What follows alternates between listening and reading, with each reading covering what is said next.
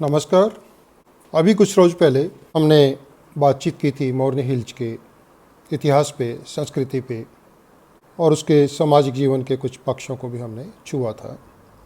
और बहुत से मित्रों का ये सुझाव भी आया कि जो वर्तमान परिदृश्य है मोरनी हिल्स का, तो उसकी हरियाली, उसकी पहाड़ियाँ, उसमें वन्य संपदाएँ, उसमें टूरिस्ट स्पॉट्स, उन पे भी विस्तार से चर्चा की जानी चाहिए और क्यों ना एक अलग से वीडियो बनाया जाए।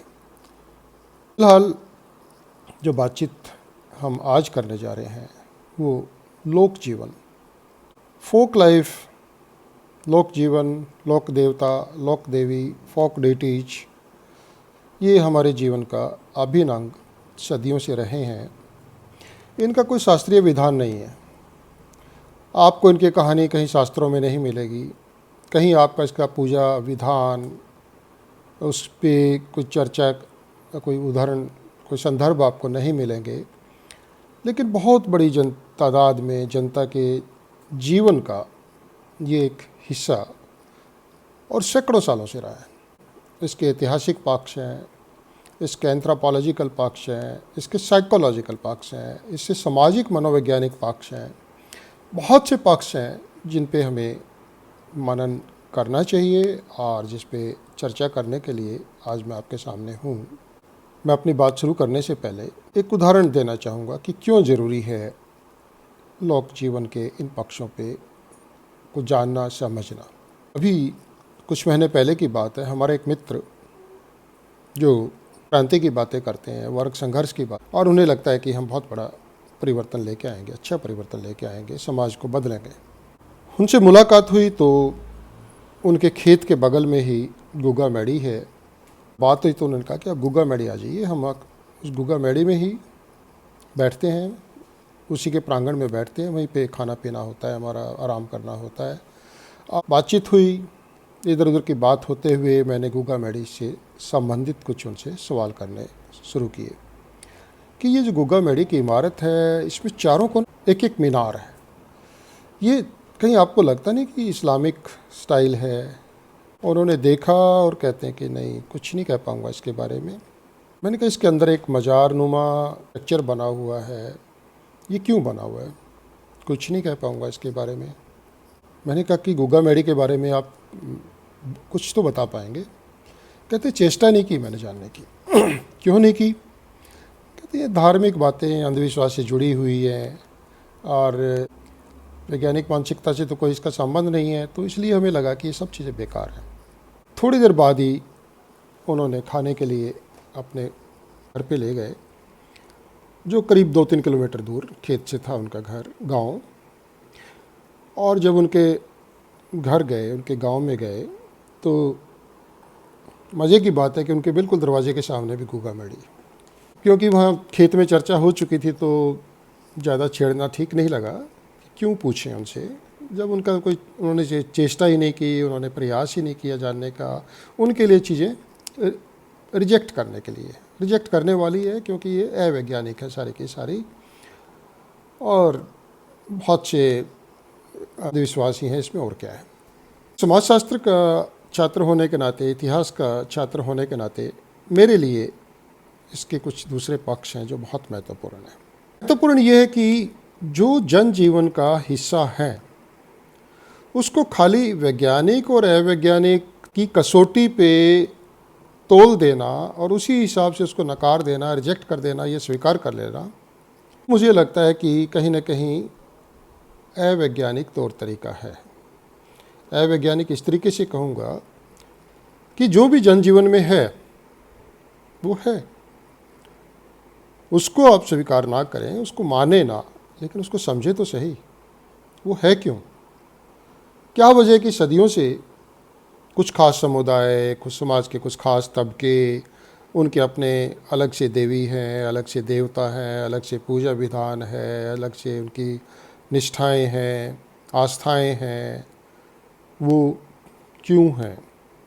समाज को समझना है तो ये सामाजिक प्रक्रियाएं हैं, इनको भी समझना पड़ेगा, और बिना इनको समझे हम सामाजिक जीवन को नहीं समझ पाएंगे, और बिना सामाजिक जीवन को समझे हमें लगता है कि हम क्रांति कर देंगे, हम पता नहीं कितना बड़ा सामाजिक परिवर्तन कर देंगे, हम बदलाव ले आएंगे, हम वैज्ञानिक मानसिकता पैदा कर देंगे।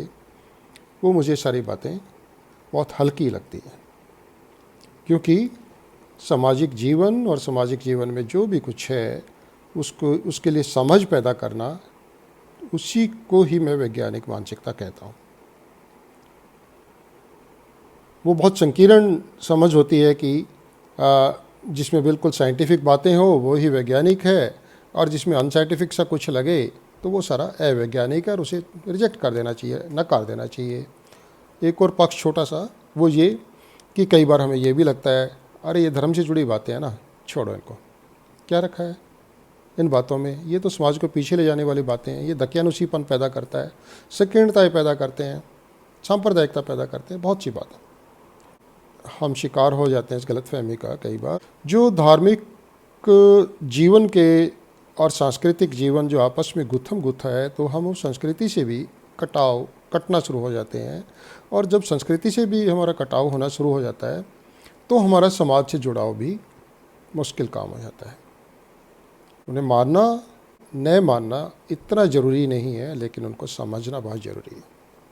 खैर, आगे बात को आगे ले जाते हुए, मैं अभी हाल ही में मेरी एक पुस्तक जो प्रकाशित हुई है, बाइटी गोंग, इस पुस्तक में जैसे अभी पीछे जिक्र किया था मॉर्नी हिल के ऐतिहासिक झलक के बारे में बातचीत है, इसमें भूत प्रेतों पे भी एक बहुत सुंदर आर्टिकल है, खाप पंचायत के बारे में है, ऑस्ट्रेलिया में मुसलमानों के बारे में है, इसमें ऑस्ट्रेलिया के इतिहास के बारे में है, और इसका जो बड़ा अटपटा सा या उटपटांग सा नाम जो आपको बाइटी गोंग लगता है, वो मेरे कनाडा के एक सफ़रनामे पे लिखा हुआ एक लेख है। ये उसका शीर्षक है, जो किताब को भी जिसका शीर्षक दे दिया गया। इसी पुस्तक में मेरा एक आर्टिकल है जिस पे काफ़ी मेहनत की गई, और वो आर्टिकल है गुग्गा पीर का बदलता स्वरूप। आज हम इस चर्चा में गुग्गा पीर को केंद्र करते हुए अपनी बात को लोक धर्म पे लेके जाएंगे। राजस्थान, हरियाणा, पंजाब, हिमाचल प्रदेश, उत्तर प्रदेश और मध्य प्रदेश के कुछ इलाकों में गुग्गा पीर की विशेष मान्यता है। ये लोकनायक के रूप में सांझी संस्कृति का विशिष्ट उदाहरण है। यहाँ हिंदू मुस्लिम धर्म के लोग बराबर सहभागिता करते रहे हैं। गुग्गा का संबंध पौराणिक शास्त्रीय कथाओं से नहीं है, बल्कि ब्राह्मणी परंपराओं व मान्यताओं के चौखटे से बाहर हुआ है। ये महत्वपूर्ण है, इसे समझिएगा। लेकिन बदली परिस्थितियों में इसका ब्राह्मणीकरण हो रहा है। इसके विस्तार में हम लोग अभी जाएंगे। राजस्थान, हरियाणा, पंजाब, हिमाचल प्रदेश, उत्तर प्रदेश और मध्य प्रदेश के इलाकों में गुग्गा पीर एक लोकप्रिय देवता है, जिसके नाम पर भाद्रपद की नवमी को लाखों नर नारी दूर दराज से राजस्थान के हनुमानगढ़ जिले में भादरा के नज़दीक गुग्गा मेड़ी के नामक स्थान पर आकर मेले में धोक मारते हैं। ये थोड़ा सा धोक मारना बेसिकली पूजा करना ही है, लेकिन उनकी अपनी बोली में इसे धोक मारना ही बोलते हैं। इसके अलावा इन इलाकों में मुख्य मेड़ी की नकल में करीब करीब प्रत्येक गांव या शहर में एकाधिक गुग्गा मेड़ी पाई जाती है। उल्लेखनीय है कि अधिकतम गुग्गा मेड़ी की इमारतों के चारों कोनों पर एक मीनार होती है, जो मेड़ी को एक इस्लामिक स्टाइल का रूप देती है। मेड़ी के अंदर या तो मजार बनी होती है या घोड़े पर सवार हाथ में भाला उठाए हुए जाहर वीर गुग्गा की मूर्ति। जाहर वीर गुग्गा की मूर्ति। गुग्गा पीर से हम जाहर पीर और जाहर पीर से जाहर वीर, इस यात्रा पे इस आलेख के माध्यम से बातचीत होगी। गुग्गा में आस्था रखने वाले हिंदू भी हैं और मुसलमान भी। सभी जातियों के लोग गुग्गा पीर में आस्था रखते हुए दिखाई दे जाएंगे, लेकिन सामाजिक रूप से निम्नतम स्तर की जातियों के कुछ सदस्य गुग्गा नवमी से थोड़ा सा पहले विशेष रूप से सक्रिय दिखाई देने लगते हैं। वे गुग्गा का निशान लेकर डेरू बजाते हुए खास लोच में झूमते हुए गुग्गा के जीवन से जुड़े हुए गीत गाते हैं। जब गुग्गा के निशान की हम बात करते हैं तो एक बहुत लंबी एक छड़ी होती है, उस पर मोर के पंख लगे होते हैं, उस पर रंग बिरंगे कुछ कपड़े लगे होते हैं, और वो उसको कंधे से टिका के घूमते हैं, नाचते हैं, गाते हैं और भिक्षा भी मांगते हैं।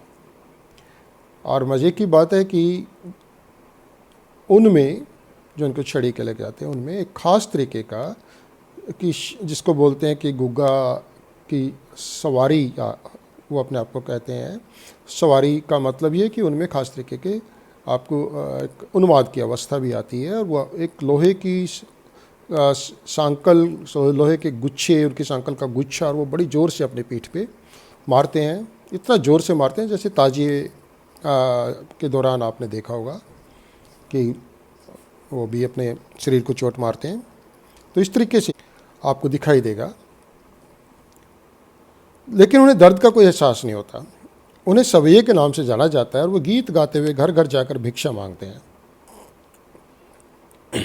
सभी घरों से उनको इत्मीनान से भिक्षा मिल जाती है। गुग्गा मेड़ी पर मत्था टेकते हुए या गुग्गा के नाम रत जगह के दौरान कुछ भक्तों में हिस्टीरिया के दौरे की तरह शरीर में विशेष कंपन, अबुझ सी विचित्र आवाज़ें, अकड़न जैसा कुछ घटता है, जिसके बारे में कहा जाता है कि फलां भगत में गुग्गा उतर आया, यानी उसमें गुग्गा की शक्ति सवार हो गई है। ये कोई बहुत असामान्य बात नहीं है। नवरात्रों में जब जागरण होते हैं तो हर एक जागरण के दौरान आपको करीब करीब इस तरीके का प्रसंग दिखाई देगा कि किसी में माता की शक्ति आ गई है और वो जो है ना, वो शरीर में अजीब तरीके की हरकतें, उसका सिर घुमाना, चेहरे के भाव अलग तरीके से हो जाना, और लोग उनके तुरंत उनके पाँव में पड़ना शुरू होते हैं, उनसे अपने सवाल रखना करना शुरू कर देते हैं और कुछ ब्लेसिंग्स उनसे मांगते हैं। किसी धार्मिक ग्रंथ या शास्त्र में गुग्गा पीर का कोई जिक्र नहीं है और ना ही उसकी पूजा का कोई शास्त्रीय विधान उपलब्ध है। फिर भी सदियों से जाहर का मतलब जो ना हमेशा और हर जगह, जाहिर जैसे हम कहते हैं जाहिर है, बात में करते ही हैं, जाहर के रूप में गुग्गा पीर लोकमानस का सतत हिस्सा रहा है। अवश्य ही लोक जीवन की इस सामाजिक, सांस्कृतिक, धार्मिक प्रक्रिया को समझने के लिए मानव मस्तिष्क की आदिम अंतश्चेतना, सामाजिक धार्मिक प्रतीकों, अचेतन मन की उड़ानों और काल्पनिक अवधारणाओं को बूझ पाना समाजशास्त्र और मनोवैज्ञानिक अध्ययन की एक विशेष चुनौती है। कि जब हम देख रहे हैं कि ऐसा होता है, लेकिन जब इसकी व्याख्या करने का सवाल आता है तो फिर हमारे सामने बहुत से सवाल खड़े होते हैं कि इसको हम किस एंगल से, किस नज़रिए से, किस पर्सपेक्टिव से हम इसको एक्सप्लेन करें, व्याख्या करें। तो आइए एक बार हम गुग्गा पीर की मूल कहानी की ओर चलते हैं। राजस्थान के हनुमानगढ़ जिले में ददरेवा के राजा जेवर को अपनी दोनों रानियों बाछल और काछल, जो दोनों सगी बहनें हैं, से कोई संतान नहीं है। निराश होकर रानी बाछल नाथ जोगी गुरु गोरखनाथ के समक्ष पुत्र की कामना रखती है। गुरु गोरखनाथ एक सुबह उसे बुलाते हैं, लेकिन इस बात का बाछल की छोटी बहन काछल को पता लगने पर वह बाछल जैसे वस्त्र पहनकर बाछल से पहले ही बाछल के रूप में गोरखनाथ से जौ के 2 दाने ले आती। जब बाछल वहाँ पहुँचती है तो उसे निराशा हाथ लगती है, क्योंकि गुरु गोरखनाथ तो अपना आशीर्वाद पहले ही दे चुके हैं। अनेक अनून्य विनय के बाद गुरु गोरखनाथ पतालोक से नागों के राजा वासुकी के जहर की जुगाली को गुग्गल के रूप में बाछल को देते हैं। इस प्रकार अब दोनों बहनें गर्भवती हो जाती है। राजा जेवर की बहन सबीर दे को जब कहानी का पता लगता है तो वह रानी बाछल पर जोगी के साथ व्यभिचार का लांछन लगाकर उसे अपने पैतृक परिवार में भेजने का राजा जेवर से आदेश दिलवा देती है। ननद और भाभी के जो आमतौर पर रिश्ते हैं, वो रिश्ता कहीं ना कहीं इसके जो समीकरण है उसको आप इस कहानी में भी देख सकते हैं। रास्ते में एक सांप गर्भ में पल रहे गुग्गा को डसने का प्रयास करता है, लेकिन असफल होने पर उनके बैलों की जोड़ी को डस लेता है और इस प्रकार दोनों बैल मर जाते हैं। अब गुग्गा अपनी चमत्कारिक, गुग्गा पेट में है, गर्भ में है, लेकिन वो अपनी चमत्कारिक शक्ति से दोनों बैलों को जीवित कर देता है और अपनी गर्भवती माँ को वापस ददरेवा लौटने को कहता है। आरसी टेम्पल, जिन्होंने लीजेंड्स ऑफ पंजाब के नाम से बहुत से वॉल्यूम लिखे थे, कभी इंग्लिश स्कॉलर थे, और उनकी जो लीजेंड ऑफ पंजाब में जो कहानी है, आपको ये कहानियों के बहुत से रूप मिलेंगे, अलग अलग कहानियाँ मिलेंगे आपको। तो आरसी टेम्पल के अनुसार लीजेंड ऑफ पंजाब में लिखा है कि बाछल अपने पिता राजा चंद्रभान के यहाँ चली जाती है, लेकिन गर्भ के 12 महीने बाद तक भी पुत्र का जन्म नहीं होता। एक रात को राजा जेवर की सोए हुए व्याकुलता बढ़ जाती है और रानी बाछल को स्वयं ससुराल जाकर वापस लाता है। वापस आकर जब गुग्गा का जन्म होता है तो सारा महल अपने आप ही रोशन हो उठता है। बताने की आवश्यकता नहीं है, चमत्कारिक तरीके से गर्भाधान हुआ तो चमत्कार उसके साथ जुड़ेंगे, उस व्यक्ति के साथ। चमत्कार जुड़ेंगे तो स्वीकारोक्ति ही होगी, उसकी मान्यता बनेगी, आस्था बनेगी, और वो ही आगे आगे अलग अलग मिथकों में प्रकट होती है। उधर काछल को अर्जन और सर्जन नाम के 2 पुत्र होते हैं। जवान होने पर गुग्गा का रिश्ता कारू देश, गोर बंगला, संगल द्वीप, 3 नाम इसमें आते हैं। हो सकता है कुछ और भी नाम हो, लेकिन मेरे सामने जो आए मेरे अध्ययन के दौरान, कारू देश, गोर बंगला, संगल द्वीप की राजकुमारी सीरियल से होता है, लेकिन बाद में वहाँ का राजा इस रिश्ते को मानने से मना कर देता है। एक सांप राजकुमारी के अंगूठे को डस लेता है। कोई इलाज कारगर ना होने पर वही सांप एक ओझा का रूप धारण करके गुग्गा से विवाह की सहमति की शर्त पर सीरियल को जीवित कर देता है। अब गुग्गा सीरियल से विवाह करने को राजा की शर्त के अनुसार 7 ही दिनों में एक बड़ी बारात लेकर 7 समुद्र पार जाने का कठिन काम अपने नीले घोड़े, सांपों और गुरु गोरखनाथ की सहायता से पूरा कर लेता है। अब एक दूसरी कहानी शुरू होती है। सगी मौसी के जुड़वा बेटे अर्जन और सर्जन ना केवल जायदाद में हिस्सा मांगते बल्कि सीरियल पर भी अपना हक जताने की चेष्टा करते हैं, या ये भी कहा जाता है कि छेड़खानी करते हैं। जवाब में गुग्गा दोनों भाइयों के सिर धड़ से अलग करके अपनी माँ बाछल को ट्रॉफी की तरह पेश करता है कि ये देखो मैं लेके आया हूँ, उन्होंने बदतमीजी की थी और ये उनके मैं सिर काट के लाया हूँ। बाछल मौसी है, बड़ी मौसी है अर्जन और सर्जन की। वो अपनी एक बड़पन दिखाते हुए और वो अपनी भावना को व्यक्त करती है, विलाप करती है और कहती है गुग्गा को आगे से तुमने ये जो काम किया ना, अपने मौसेरे भाइयों को मार दिया तुमने, ये जो काम किया आगे से मुझे अपना मुंह मत दिखाना। गुग्गा सबकी नज़रों से ओझल हो जाता है, लेकिन सीरियल के रंग ढंग देखकर बाछल को शक होता है कि वह कोई ना कुछ कहानी है। आखिरकार सीरियल बता ही देती है कि गुग्गा रात को उसके पास आता है। एक रात को पहरा देते हुए बाछल गुग्गा के घोड़े की लगाम पकड़ लेती है और ऐसे में अपनी माँ को अपना चेहरा ना दिखाने के संकल्प के अनुसार गुग्गा अपने घोड़े समेत जमीन में समा जाता है।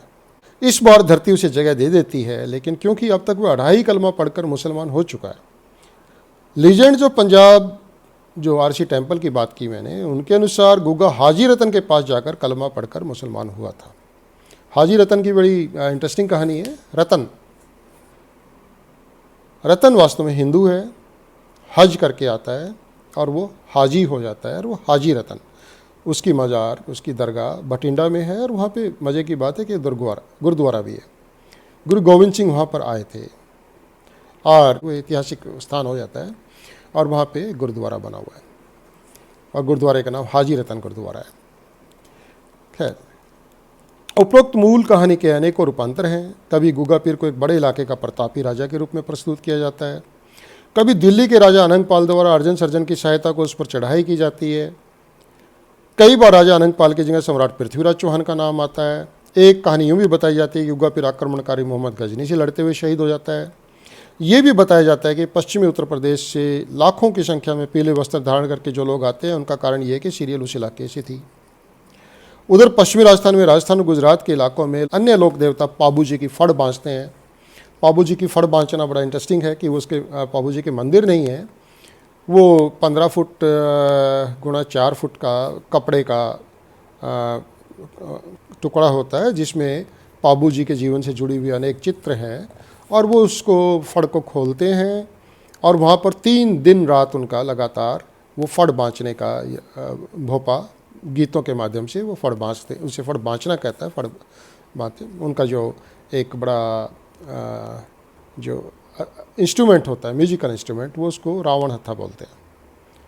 तो रावण हत्थे पे वो संगीत होता है उनका और साथ में वो गाया जाता है। भोपा और भोपी लोग गायक हैं, राजस्थान के बहुत मशहूर लोग गायक हैं और जो बहुत ऊंचे सुर में गा लेते हैं। आज भी भोपा और भोपी कहीं ना कहीं आपको मिल जाते हैं गाते हुए। तो लोक गायक भोपा एक अन्य लोक देवता पाबू जी की जब फड़ बाँचते हैं तो ये प्रसंग भी आता है कि पाबू जी की भतीजी केलम की शादी गुग्गा पीर से हुई थी। कहानियाँ मिथक होते हैं बहुत से बेशुमार। तो उसमें सुरियल से शादी का जिक्र आ रहा है, तो उधर से ये भी जिक्र आ रहा है कि पाबू जी की भतीजी केलम से भी शादी हुई थी।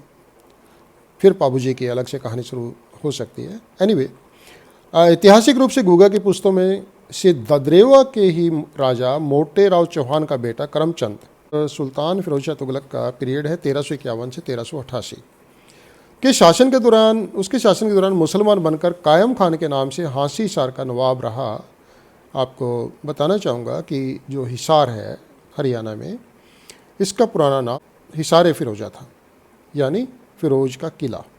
और वहाँ पे अभी भी किला मौजूद है जो फिरोज शाह तुगलक ने बनाया था। उस शहर के जो गेट हैं वो सारे के सारे उसी किले से, उसी नगर से जुड़े हुए हैं। Talaki gate, Nagauri gate, Delhi gate आदि आदि। तो मोटे राव चौहान का बेटा करमचंद फिरोज शाह तुगलक के शासन के दौरान मुसलमान बनकर कायम खान के नाम से हांसी हिसार का नवाब रहा और उसकी पुश्तें 18वीं शताब्दी के मध्य तक झुंझुनू, चूरू और मुख्यतः फतेहपुर में कायम खानी चौहान के नाम से जागीरदार रही। जान कवि ने सन 1691 में लिखी अपनी पुस्तक कायम खानी रासा में कायम खां को गुग्गा पीर की करीब 12वीं पीढ़ी माना है। तो इससे हम थोड़ा सा गुग्गा पीर के समय का आकलन का भी प्रयास कर सकते हैं। अब इस मूल जनश्रुति और गुग्गा पीर की मान्यता के विश्लेषण का सवाल हमारे सामने खड़ा होता है। मुख्य रूप से जब किसी भी जन आस्था के विषय को टटोला जाता है तो अध्ययन के केंद्र बिंदु अनेक प्रकार के हो सकते हैं। मसलन एंथ्रोपोलॉजिकल तरीके से, सोशियोलॉजिकल, मिथक, चमत्कार, प्रतीक, सामाजिक आर्थिक वातावरण, सामाजिक मनोविज्ञान, सांस्कृतिक विकास, जातीय सामुदायिक डायनामिक्स आदि आदि। गुग्गा पीर या राजस्थान के अन्य लोक देवताओं के बारे में एक समग्र सोच को, समझ को विकसित करने के लिए भिन्न भिन्न वैचारिक दृष्टिकोणों से अनेक प्रयास हुए हैं। इनमें सबसे महत्वपूर्ण औजार है ऐतिहासिक, राजनीतिक, सामाजिक, आर्थिक दृष्टिकोण। एक व्यक्ति किन परिस्थितियों में लोक नायक बनता है और उसका लोक नायक से लोक देवता में परिवर्तन होना, उसके बारे में समय काल के हिसाब से लौकिक, सामाजिक, सांस्कृतिक, मनोवैज्ञानिक आवश्यकताओं के अनुसार भिन्न भिन्न प्रकार के मिथकों का सहज रूप से पैदा होते जाना, उसके प्रति आस्था, मान्यता के प्रकारांतर और उनमें निरंतर परिवर्तन आदि के कर्म को समझे बिना शायद किसी भी लोक देवता को समग्रता में नहीं समझा जा सकता। मूल कथा अनेक प्रकार की किंवदंतियों से घिरी हुई है, लेकिन इन तमाम किंवदंतियों में लोक जीवन के कुछ साझे प्रतीक हैं, जैसे राजा का निसंतान होना, संतान के लिए नाथ जोगी की सहायता, ननंद द्वारा लाछन लगाना, सगी बहन द्वारा संतान प्राप्ति के लिए सवार्थी हो जाना, चमत्कारिक रूप से गर्भ धारण करना, गर्भ में होते हुए भी चमत्कार दिखाना, सांपों पर शक्तिशाली अधिकार, सांपों के विभिन्न रहस्यमयी स्वरूप, सौतेले भाइयों द्वारा ईर्ष्या और कलेश, गुग्गा की शक्ति का भक्तों में अवतरण, मैड़ी या जिनको मढ़ी भी बोला जाता है कि इस्लामिक बनावट, सामाजिक रूप से सबसे निम्न जातियों के सदस्यों द्वारा सवैयों के रूप में डेरू बजाते हुए गुग्गा के निशान, छड़ी को लेकर गुग्गा के जीवन से जुड़े गीतों को गाते हुए भिक्षा मांगना और ताजिए की माफिक लोहे की सांकल के गुच्छे से अपने आप को जोर जोर से पीटना, लेकिन दर्द का एहसास न करना, ये महत्वपूर्ण है। भाद्रपद की नवमी के दिन दीवार पर सांप की या घोड़े पर सवार गुग्गा की तस्वीर बनाकर या मिट्टी से बने घोड़े के सामने धूपिया जलाकर खीर, गुलगुले, नारियल आदि का चढ़ाकर प्रसाद बांटना और सबसे बढ़कर सांप के काटने पर गुग्गा मेड़ी पर जाकर धोख मारना, मिट्टी काटना, जमीन पर ही सोना, घर में सांप निकलने पर गुग्गा पीर के नाम से दूध से बनी कच्ची लस्सी का छिड़काव करना आदि करना ताकि सांप फिर ना निकले। ये बहुत सी चीज़ें हमने भी अपने परिवार में, जीवन में देखी है। मेरे अपने परिवार में कोई पूजा पाठ और कोई कर्मकांड नहीं होते हैं, लेकिन मेरी माँ भादवा महीना, भाद्रपद जिसको होते हैं, उसकी नवमी को गुग्गा की धूपिया जलाना बोलते हैं कि अंगारे पे थोड़ा सा वो घी डालते रहते हैं, थोड़ा सा सामग्री डालते हैं, धीरे धीरे उसमें अग्नि प्रज्वलित हो जाती है, उसको धूपिया जलाना कहते हैं। वो धूपिया ज़रूर जलाती है और नारियल के टुकड़े हमें बांटती है। अभी भी बहुत सालों से हम ये बात देखते हैं, उनकी अपनी श्रद्धा है, बहुत लंबे टाइम से है। तो कुछ और मान्यता भी हैं, जैसे कि ज़मीन के बंटवारे का जिम्मा गुग्गा पीर के हवाले कर देना और अगले दिन घोड़े के खुरों के निशानों को ही सीमा स्वीकार कर लेने के उदाहरण भी सुनने को मिलते हैं। इन सब के अलावा किसी भी प्रकार के शारीरिक, मानसिक, पारिवारिक, आर्थिक संकट से उबरने के लिए भी गुग्गा पीर की गुहार लगाई जाती है। सांपों के डसने की घटना इतनी आम होती थी कि किसान जब हल चलाने के लिए निकलता था तो चलते वक्त बोलता था, हाली बाल्दी गोगो रखवाड़ो, कि हल चलाने वाला हाली को, बाल्दी यानी बैलों को, उन दोनों का जो है ना गोगो रखवाड़ो, गुग्गा पीर ही इनकी रक्षा करे। यानी सांप का खतरा केवल हाली को नहीं बल्कि बैलों की सुरक्षा की भी चिंता का विषय थी। मैडी पर जोत जलाना, धुएं को जलाए रखना, गुग्गा नवमी के कुछ दिन पहले सवैयों द्वारा गुग्गा का निशान छड़ी लेकर गाते बजाते घर घर में मांगना, मेले वाले दिन मुख्य या स्थानीय मैडी पर निशान टिकाकर मत्था टेकना और डेरी की आवाज़ पर एक विशेष लोच पर नाचना और गाना, कुछ एक भक्तों पर गुग्गा की शक्ति का उतरना, भक्तों द्वारा अपनी गर्दन में सांपों को लपेटे हुए दिखाई देना मुख्य गुग्गा मैडी में आमतौर पर दिखाई देते हैं। पूरे प्रकरण में प्रतीकों और मिथकों का गहरा पुट है। यह समाजशास्त्री और इंडोलॉजिस्ट वेंडी डॉनिजर की ये टिप्पणी बहुत उपयुक्त लगती है। ध्यान दीजिएगा, वास्तविक घटनाओं और भावनाओं से प्रतीकों की उत्पत्ति होती है। वास्तविक घटनाओं और भावनाओं, और उसी प्रकार प्रतीक भी घटनाओं और भावनाओं को पैदा करते हैं। मिला जुलाकर एक ही प्रकरण में वास्तविक और प्रतीकात्मक दोनों का पुट संभव है। उन्हीं के शब्दों में मिथक इतिहास के धुएं की तरह होते हैं और वे सामाजिक धरातल की अग्नि से उपजते हैं। मिथक और सामाजिक धरातल से कल्पित कथाएं पैदा होती है और कल्पित कथाएं भी सामाजिक परिवेश को प्रभावित करती हैं। वो एक बहुत अच्छा उदाहरण देती हैं वेंडी डॉनिजर। विश्वास सच्चे व झूठे तथ्य बन जाते हैं। विश्वास सच्चे हों या झूठे तथ्य बन जाते हैं। सन 1857 का गदर इस विश्वास पर, सच्चा था या झूठा था सवाल वो नहीं है, उबल पड़ा था कि कारतूसों में गाय और सूअर की चर्बी मिली है। इसका सच्चाई से वास्ता नहीं है, वास्ता इस बात से है कि विश्वास है कि ऐसा था। इस आलेख को अत्यंत अकादमिक स्वरूप न देते हुए विद्वान एंथ्रोपोलॉजिस्ट बी मालिनोव्स्की के इस कथन के साथ आगे बढ़ते हैं।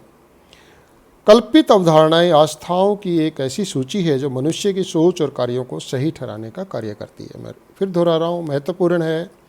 कल्पित अवधारणाएं आस्थाओं की एक ऐसी सूची है जो मनुष्य की सोच और कार्यों को सही ठहराने का कार्य करती है। उपरोक्त संदर्भों के मद्देनज़र किसी भी सामाजिक, धार्मिक, सांस्कृतिक प्रक्रिया को कभी भी एकांतिक विचार से समझने का प्रयास एक खंडित समझ ही पैदा कर पाएगा। राजस्थान में केवल मात्र गुग्गा पीर ही एकमात्र लोकप्रिय देवता नहीं है, बल्कि रामदेव जी, पाबू जी और तेजा जी भी अलग अलग क्षेत्रों में और अलग अलग समुदायों के आस्था के प्रतीक है। ये लोक देवता किन परिस्थितियों में बने और इनका ऐतिहासिक विकास क्रम क्या है, ये जानना भी अति आवश्यक है। क्या इन लोक देवताओं में आस्था रखने वाले किसी भी विशेष समुदाय से ही रहे हैं या उनमें परिवर्तन होता रहा है? क्या इन लोक देवताओं का प्रारंभ से देवता का ही चरित्रीकरण था या लोकनायक से लोक देवता में परिवर्तित हुए? ये भी गौरतलब है कि राज्य सत्ता का इन नायकों या देवताओं के बारे में क्या रुख रहा है और इनके पूजा विधान किस प्रकार से समय और परिस्थितियों के अनुसार बदलते रहे। इन तमाम पक्षों पर समग्रता से विचार करके ही गुग्गा पीर और अन्य लोक देवताओं के बारे में कुछ संकेत किए जा सकते हैं। गुग्गा के जन्म का वर्ष अभी तक विवाद का विषय है, जिस पर निश्चित रूप से कुछ नहीं कहा जा सकता, लेकिन तमाम किंवदंतियों और ऐतिहासिक साक्ष्यों के आधार पर इतना तो दावे के साथ कहा जा सकता है कि उस समय नाथ पंथ जनमानस में लोकप्रिय था। इस्लाम की सूफी परंपरा भी अपने पैर फुला चुकी थी। दोनों परंपराएं ब्राह्मणवाद के चौखटे से बाहर के समुदायों को आकर्षित कर रही थी। इस्माइली पंथ मुख्य रूप से अछूतों और अवर्णों को अपने दायरे में समेट रहा था और कितने ही मुसलमान नाथ जोगी बन रहे थे। इस प्रकार दोनों तरफ से आपसी घालमेल की प्रक्रिया सहज रूप से चल रही थी। गुग्गा और रामदेव जी को पीर के नाम से पुकारे जाना, उनकी कब्र होना, रामदेवरा, रामदेव जी का जो है रुणेचा में, वहाँ पे कब्रों का होना, मेघवालों और नाथों का मृत्यु के बाद दाह संस्कार की बजाय मुसलमानों की तरह दफनाया जाना एक सांझी परंपरा रही है, अभी भी चल रही है। गुरु गोरखनाथ के आशीर्वाद से गुग्गा जन्म, गुग्गा का धरती में समा जाना यानी दफन होना और उसकी मजार का होना, सदियों से चौहिल राजपूत मुसलमान सेवादारों का खानदानी परंपरा का निर्वाह करना, मैडियों की इस्लामिक स्टाइल में इमारत और अच्छी खासी संख्या में मुसलमानों की गुग्गा पीर में आस्था आदि इस बात का संकेत है कि गुग्गा पीर का संबंध ऐसे परिवेश से था जब नाथ पंथ में मुसलमान सहज रूप से शामिल होते थे। इस बात को दोहरा रहा हूँ, जब नाथ पंथ में मुसलमान सहज रूप से शामिल होते थे। सन 1821 और 1891 की जनगणना का हवाला देते हुए हजारी प्रसाद द्विवेदी ने अपनी पुस्तक नाथ संप्रदाय में इस बात की तस्दीक की है कि बड़ी संख्या में मुसलमान भी नाथ जोगी होते थे। उसी पुस्तक में इस बात का हवाला भी है कि नाथों में एक संप्रदाय जाफर पंथ भी था जो रांझा से जुड़ा हुआ था। हीर रांझा की कहानी हम सब जानते हैं, और रांझा के बारे में बहुत गीत हैं, जैसे कि जोगी रांझा जो है ना, जोगी है जोगी आया, मैं जाना जोगी दे नाल, इस बहुत बेशुमार गीत हैं। तो और उसके अनुयायी मुसलमान होते थे। सन 1909 में तैयार किए गए राजपूताना गजेटियर के अनुसार जोधपुर क्षेत्र में राजपूत कुल जनसंख्या के 11% थे और उनका 4% मुसलमान राजपूत था। ये सरकारी दस्तावेजों की बात कर रहा हूँ, जोधपुर के गजेटियर की। उनका रहना सहना मिला जुलाकर हिंदू राजपूतों जैसा ही था, यानी एक लंबे दौर तक राजपूत, मुसलमान, नाथ, इस्माइली, मेघवाल, अवर्ण जातियों का आपसी मेलजोल एक निरंतर प्रक्रिया थी। कुल मिलाकर ये ऐसा दौर था जब ब्राह्मणवाद के समानांतर परंपराएं अवर्णों को आकर्षित कर रही थी, और ऐतिहासिक रूप से दौर 12वीं से 16वीं सदी का था। उदाहरण के तौर पर 12वीं सदी में गजनी के सुल्तान बहराम शाह का एक सूबेदार, बहराम शाह का पीरियड है 1117 से 1158, वहाँ का एक सूबेदार मोहम्मद बहलीम बागी होकर आया और पश्चिमी राजस्थान के नागौर इलाके में स्थापित हो गया। नागौर और राजस्थान का एक बहुत महत्वपूर्ण जगह है। हिसार में भी नागौरी गेट नागौर पे बना हुआ है। इसके बाद 13वीं सदी से लेकर नागौर चिश्ती सूफी धारा का एक महत्वपूर्ण केंद्र बन गया। ये वो दौर था जब राजस्थान में लूट मार, छीना झपटी, आपसी हमले, पशुधन छीनना, छोटी छोटी रियासतों को बनाए जाने की होड़ न्याय सुरक्षा का अजीबोगरीब माहौल पैदा किया हुआ था। शुरुआत की बात कर रहा हूँ 10वीं, 11वीं, 12वीं सदी की। इन परिस्थितियों में कमज़ोर वर्ग को सुरक्षा और राहत की विशेष आवश्यकता महसूस होती थी। स्वाभाविक है कि ऐसे वातावरण में जो व्यक्ति बहादुरी से उनके पक्ष में खड़ा हुआ वो उनका नायक बन गया। पाबूजी अपनी राठौड़ खानदान की विरासत को त्याग कर थोरी जाति के साथ भाइयों को साथ रखता था। रामदेव पीर का अपमान सूचक ढेड़ कहे जाने वाले मेघवाल समुदाय के बीच रहना और अवर्ण व गरीब मुसलमानों को मिलाकर एक नए पंथ कामड़िया की स्थापना करना। कामड़िया पंथ की स्थापना की थी उन्होंने। अब भी आपको बहुत से कामड़िया राजस्थान के गाँव में मिल जाएंगे। वो अलग बात है कि अब वो समुदाय धीरे धीरे बिखर गया है और दूसरी जातियों में मिल गया है। तेजाजी द्वारा एक गुर्जर महिला के पशुओं को लूटे जाने से बचाते हुए जान की बाजी लगा देना, गुग्गा द्वारा समाज के निम्नतम स्तर के व्यक्तियों से मित्रता रखना, और ऐसे अनेकों उदाहरण हैं जिनमें लोकमानस में इनकी छवि लोक नायकों के रूप में बनती गई। शनै शनै ये छवि लोक आस्था, लोक धर्म और लोक परंपरा का हिस्सा बन गई। उसका कारण है लोक नायक से लोक धर्म या लोक देवता क्यों बने? क्योंकि जो मेन स्ट्रीम का जो हिंदू धर्म के देवी देवता हैं वहाँ तक तो उनकी पहुँच ही नहीं है। तो वहाँ तक तो उनके दायरे से बाहर है। उनके मंदिरों में प्रवेश नहीं कर सकते, उनके ग्रंथों को पढ़ नहीं सकते थे, या उनसे उनका कोई वास्ता नहीं रहा। तो उनका समानांतर ये एक प्रक्रिया चली है। धीरे धीरे लौकिक आवश्यकताओं की अंतश्चेतना के प्रक्षेपण से इन लोक नायकों की सामाजिक मनोवैज्ञानिक छवि लोक नायक से लोक देवता में रूपांतरित होने लगी। ये प्रक्रिया अनादिकाल से चलती आ रही है। लोक देवताओं का नए नए रूपों में पैदा होना और एक अंतराल के बाद उनकी प्रासंगिकता का समाप्त होना एक निरंतर सामाजिक, सांस्कृतिक, धार्मिक प्रक्रिया रही है।